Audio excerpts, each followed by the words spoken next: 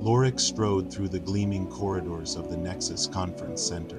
His long, slender frame made him seem almost isolated amid the throng of diverse species. He passed a cluster of delegates huddled around a holographic display, and fragments of their thoughts, confused, irate, admiring, bombarded his mind. He registered each stray idea with cool precision.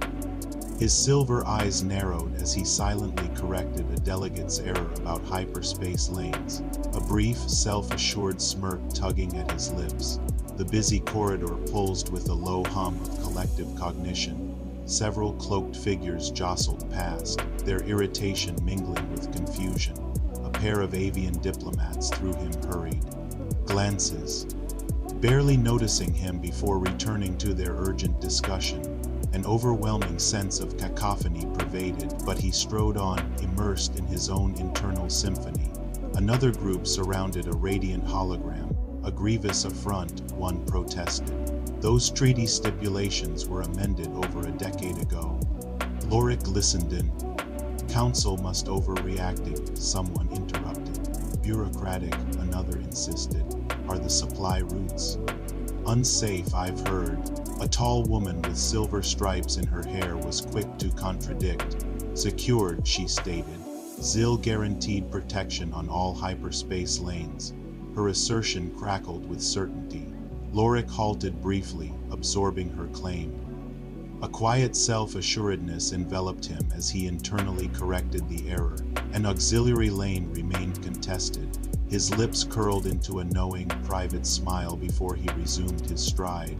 In the corner of his mind, Lorik calculated potential outcomes of emerging disputes, probabilities forming with methodical precision. He walked past a trio in flamboyant ceremonial dress.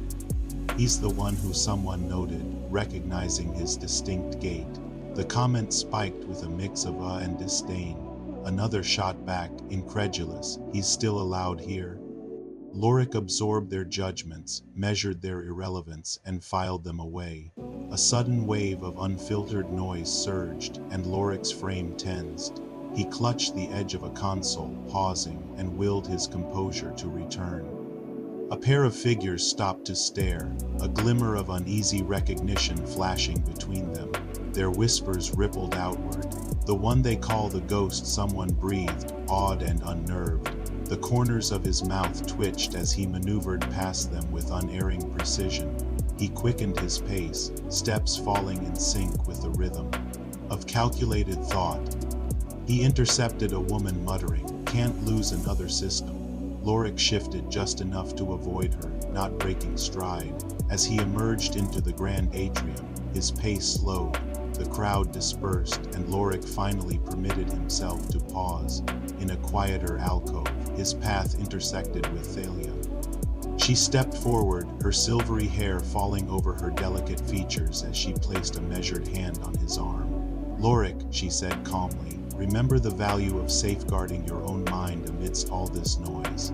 As she steadied him with her gaze, the constant barrage of thoughts and voices receded.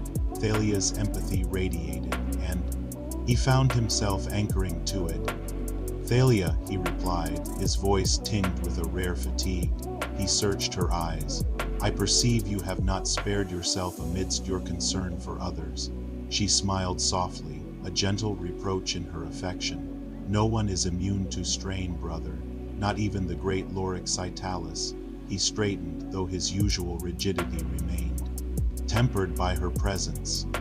The acknowledgement of his limits was both disconcerting and oddly comforting. "The delegates appear intent on exhausting themselves and others," he observed. "Much like you," Thalia countered. He waved it off. "Their inconsistencies are regrettable, though not unexpected." She regarded him thoughtfully. "I find your actions and disregard less compatible with their tolerance." "A temporary condition," he responded, offering a trace of his earlier smirk. "And still they allow you back," she remarked, her voice soft yet pointed.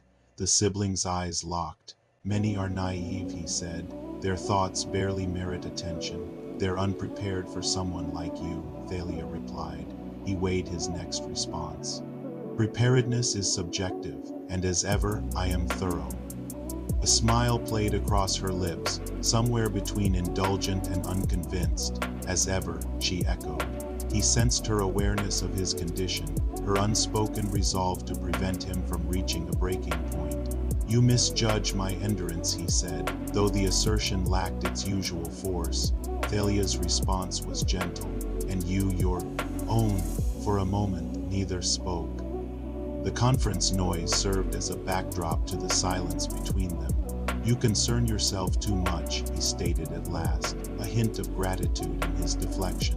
Only as much as I must, she insisted. Her eyes caught the shifting light of a nearby hologram. You aren't alone in this, Lorik. He registered her weariness, the toll her. Empathy takes and recognized the parallels to his own. You'll be here the full week? He asked. For the duration, she assured him, if only to keep an eye on you. And here I thought it was duty, he quipped. Call it both, she suggested, leaving him with an amused smile. She turned back toward the crowds, and Lorik remained a moment longer, watching her retreat. He took a measured breath and moved to follow. The distance between them not nearly as great as it once seemed. To discover the full story and what happens next, get Moving Pieces at rodneyhamwrightbooks.com.